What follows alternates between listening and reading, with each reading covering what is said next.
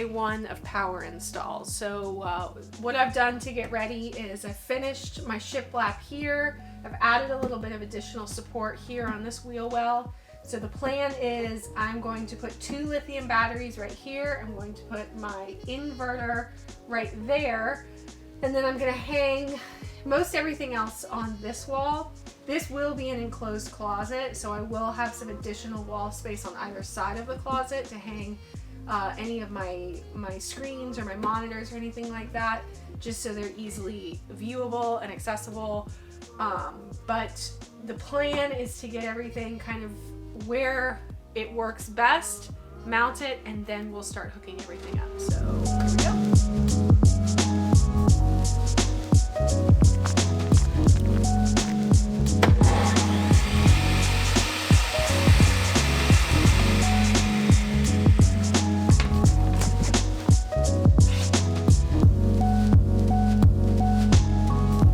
Alright, so I've got my plywood and I went ahead and put 1 battery on here to give it a little bit of extra support. I'm going to go ahead and just do a little bit of framing around the outside of it just to keep it from moving anywhere too excessively. This battery weighs 80 pounds, so it's not going anywhere too fast, but if we do hit something or something like that, then it can definitely move quick. So I just want to give it a little bit of extra support. So we'll go ahead and cut up some wood and get this thing framed out.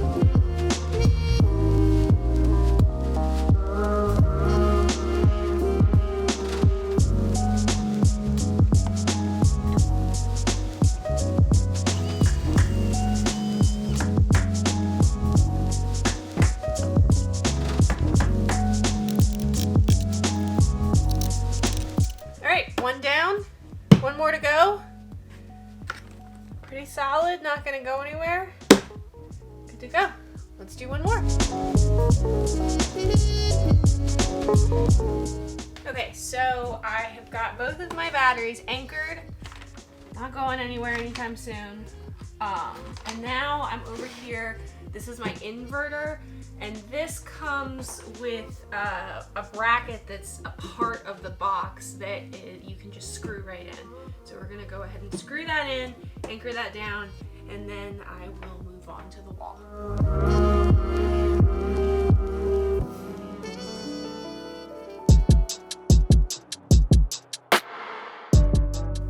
Okay, so it is the next day, and we are going to continue to get some things hung up, but just to review, I've got my inverter charger is mounted right there. You can see those screws. I got my 2 80-pound batteries framed in, and then I got my 2 DC blocks. This is all of my lighting. These are all of my some of my appliances that are run off of propane. Have 12-volt wiring for the lighting and buttons and things like that. So all of my 12-volt system will be powered through those 2 fuse blocks right there. So those are done. Now we're going to go ahead and get my charge controller mounted and hopefully get that wired up to those 2 wires right there. Those are coming in from my 2 280-watt solar panels. So I will get those connected.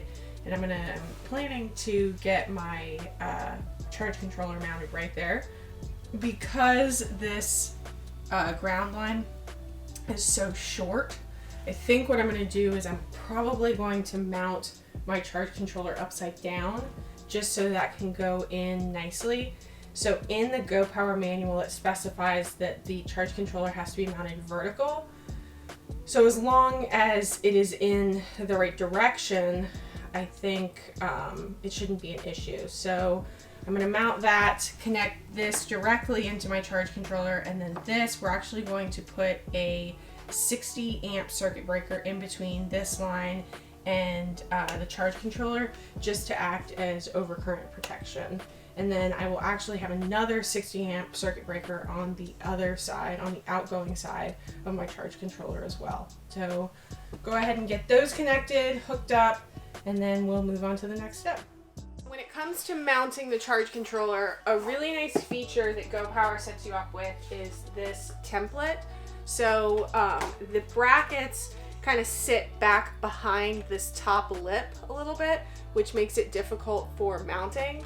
So they give you this template with pre-drilled holes for you to measure out how to mount, where you're going to put your screws and everything, and use this rather than really fighting to get them in that way. So we're going to use this to figure out where exactly we want it to go, start to drill some screws in, and then mount the charge controller. Okay, so to mount the charge controller, they have some holes, some screw holes that look like that. So what we're going to use is, I have some of these Craig screws, and they have a bit of a backer behind the head. So I'm going to use those that give just a little bit more support. They're shorter screws, so any extra support would be helpful.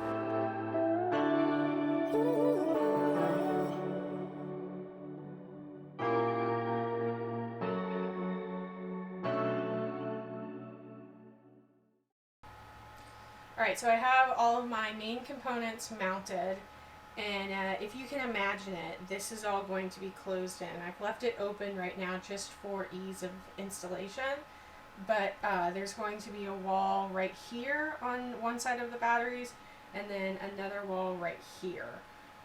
This will be open. This is going to serve as a seat, but this will all be open underneath here to act as somewhat of a pass-through, but to also have ample ventilation for everything. So the last thing that I need to come in here and mount is going to be my overcurrent protection. That is a huge part of all of this. So overcurrent protection basically means my fuses, my circuit breakers, my on-off switches, all of those things. So each component is going to have at least one piece of overcurrent protection on one side. So essentially all that does is that just protects everything. If it gets really hot or something like that, it can flip the breaker before it can pass along that heat to a component and potentially cause any sort of electrical shock or spark or fire or anything like that. So I'm going to go ahead and start to place those circuit breakers and fuses and get those mounted up.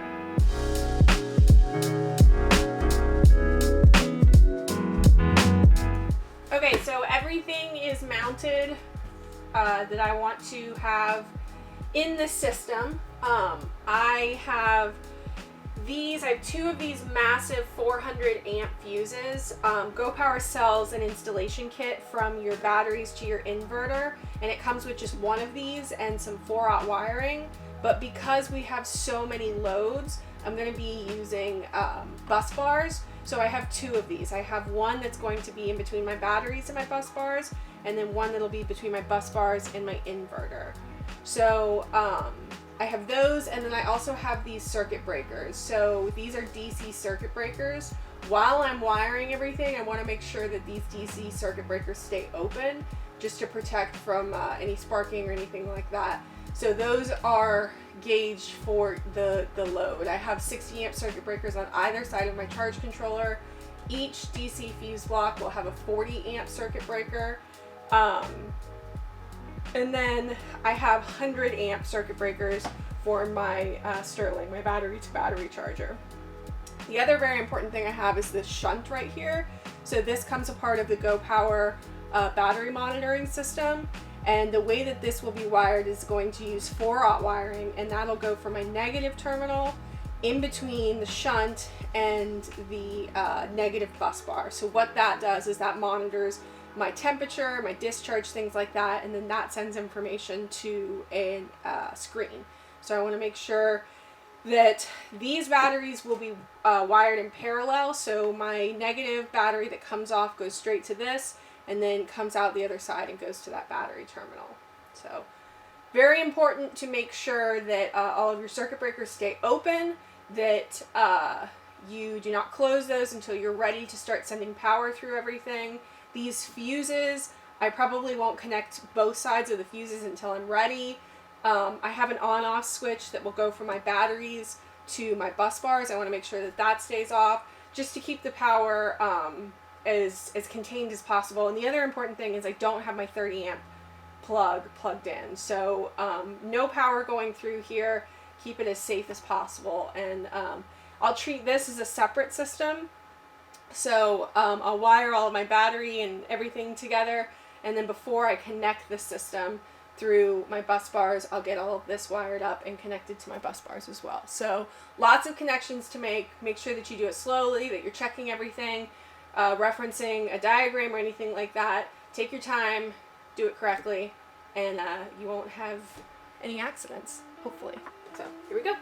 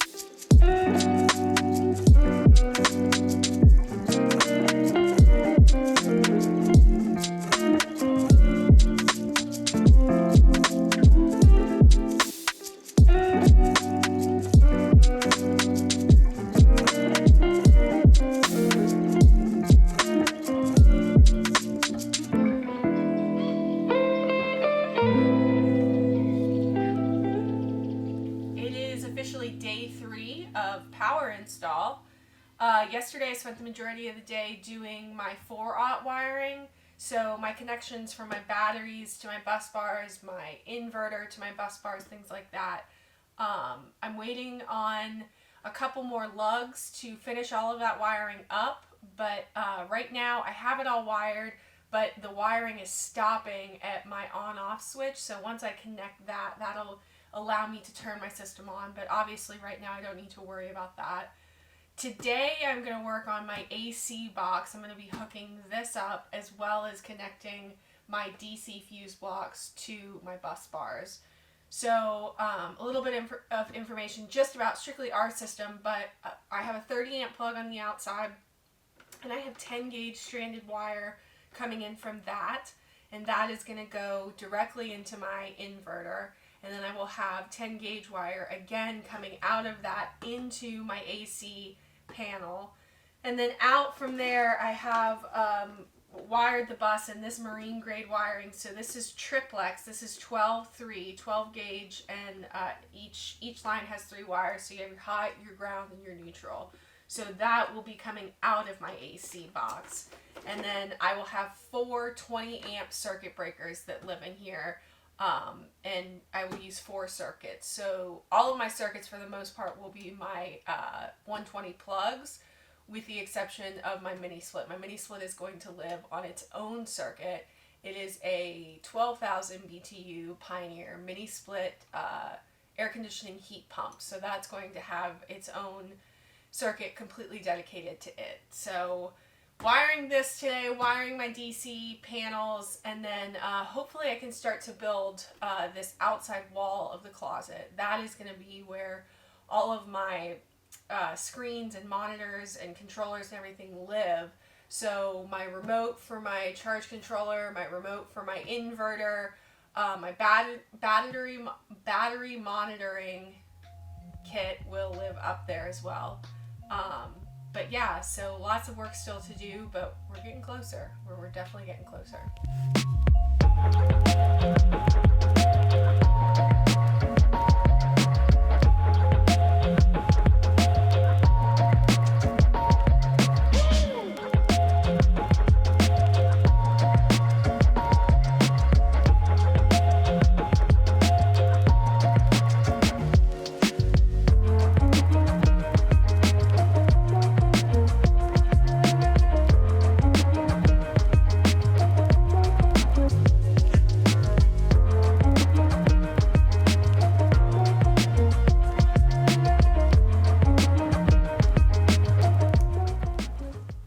Alright guys, so it is a couple days later, and we have our system almost nearly complete and installed. The last part of the system that we have to do is our Sterling battery to battery charger, but that in and of itself is a separate system.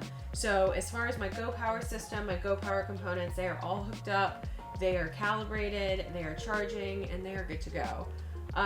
The setup process was very simple. Once I finished the wiring, I flipped the switch for the inverter first just to verify that got power okay, that it was working okay. And then from there, I was able to switch power onto my DC loads, my AC loads, things like that, and just verify that it was able to handle everything, no issues. So the other big important part is programming.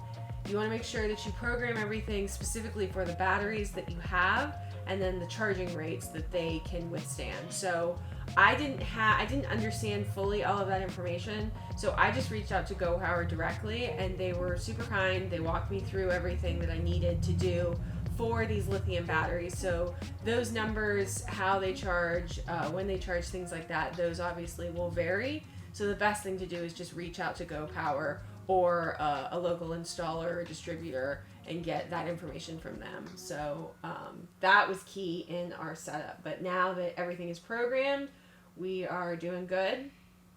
I am fortunate enough that where we are parked, we have a shore power plug-in. So what I've done is I've plugged into that shore power outlet, and I'm using that to charge up my batteries to the correct voltage.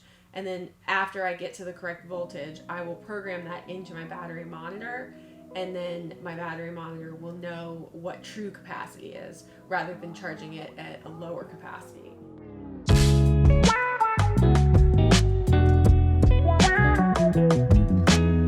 This is going to be an exterior wall for a closet that will house all of this equipment, but I wanted to make sure that I used plenty of ventilation. So there's going to be a seat that sits over that inverter right there, and then that's also a subwoofer. So that seat on the sides and on the front will also have that metal mesh, and we're just going to do that to promote as much airflow around that inverter as possible. I do have some additional computer fans that I'll likely mount around that inverter just to help dissipate air as much as possible, but that's going to be key. And then the other important thing I did is that switch right there. So the plan for that switch is I want it to be as accessible as possible. So that master on-off switch is going to sit on the front of that booth so that we can get to it really easily instead of having to worry about fumbling through a closet. There wasn't a great space once I started putting everything in, so I wanted to make sure that that was very accessible. My 3 screens right here. So my top screen is going to be my charge controller, my solar controller remote. This middle one is my battery remote, my battery monitor that's hooked into my shunt. And then this bottom one is obviously my inverter remote. So most information can be taken from this inverter remote, but what I'm told is that the information that comes from this battery monitor is more precise than any information that you're getting on here. So this is going to be the bulk of the important information that I need. So this is probably my most important screen. But all 3 of these, when I'm setting all 3 of these up, the main thing is that, like I said, I go in here and I set these 4 lithium batteries. I set my charge rate, my float rate, things like that. So, and again, to find those numbers, just reach out to Go Power and they'll help you out tremendously. All right, so it's very confusing to look at, not really knowing where everything's going, but it's pretty simple. So the most important thing is to remember that those 2 bus bars right there, those are kind of the brain of the entire operation. So there's a 4-aught wire that comes off of the batteries that are wired here in parallel and go into those bus bars. On the hot side, they'll run through one of these 400 amp class T fuses, as well as that on-off switch. And then on the ground side, they're going to run through my shunt, which is right there, and then into the bus bar. So they have a little bit more protection than just going straight from the batteries to the bus bar. And then off of the bus bar will be everything. So off of my bus bar, I have my charge controller, and then obviously you'll notice that I hung this upside down. And then what comes out of the charge controller right here, this is to go to my charge controller remote, which is not necessary. You can do everything from this screen on the charge controller. Just out of convenience, we decided that it was better to have a remote. This is a 10 gauge wire that is going into my bus bar. That is my ground battery, my negative battery. This is another 10 gauge that is going to my positive battery, so my positive bus bar. And then these are hot and ground coming in directly from my solar panels.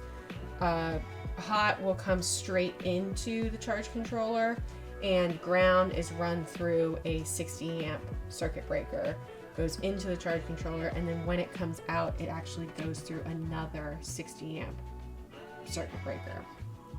Just lots of protection, as much protection as possible. The other very important thing that I did was I went ahead and did a chassis ground for my my neutral bar, or excuse me, my ground bar.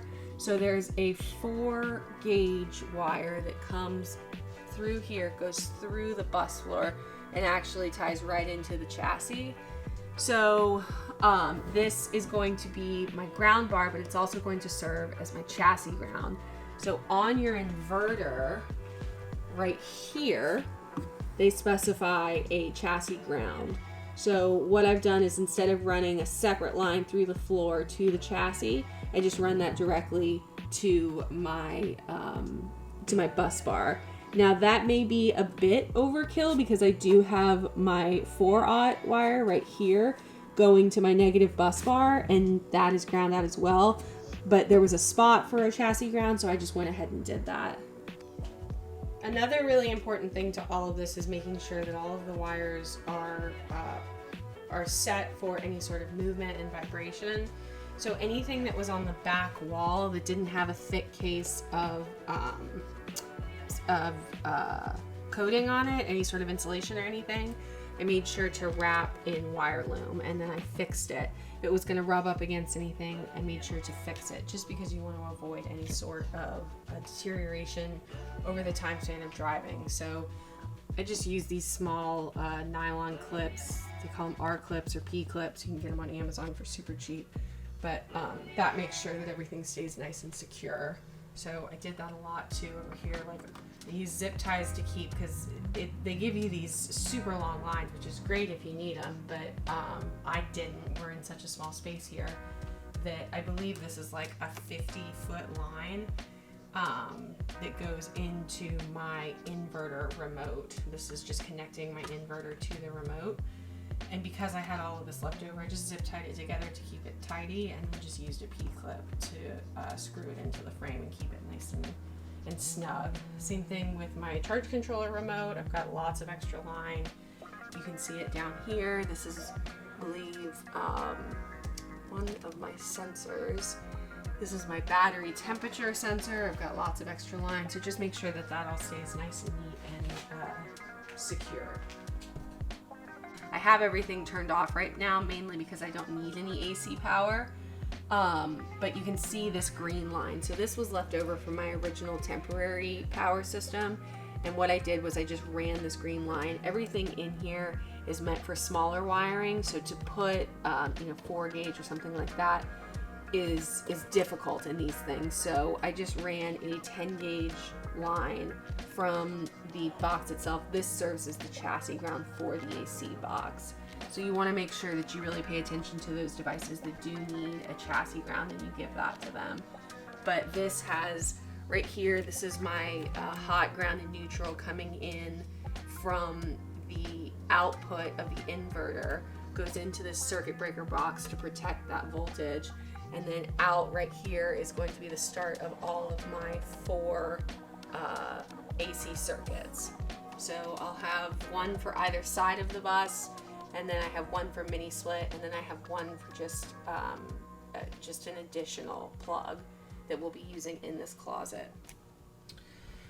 another important feature that comes with the inverter is this right here. So this is my battery temperature sensor. I actually have two of these. So this comes off of the negative terminal, and when I put this in, I put this on top of all of my other terminals. So I didn't want to have this buried. I wanted this, according to the instructions, I needed to have that on the top. So I've wired that in, I've screwed that in, and then that actually ties right in back there to my inverter, and that helps to monitor everything.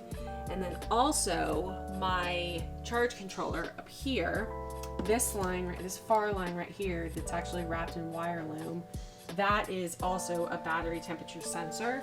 And that, I don't think I'll be able to show you, but it's actually just a small little sensor with some adhesive on the back of it. So all I can say is that this is something that has been super daunting for me from almost day one. This has been a very troubling thing to have to figure out, to have to understand, to have to install. And ultimately, I'm so glad that I installed it myself. I was so capable of installing it myself. I think anybody that, you know, if you put the time and effort into learning this, you could absolutely install this yourself. If you have any questions, Go Power is wonderful to just give a call and they'll help you out with anything. But I am so glad that we did it this way. And in the future, should we have any sort of issues, I understand how everything was installed. I understand where everything is, how everything kind of works together. So that's been integral in doing this whole process. But it's been 4 really slow, patient days, and it's been a tedious process, but a very rewarding process. Obviously, we have power, and that's a wonderful thing, but we also have a really good understanding about all of this.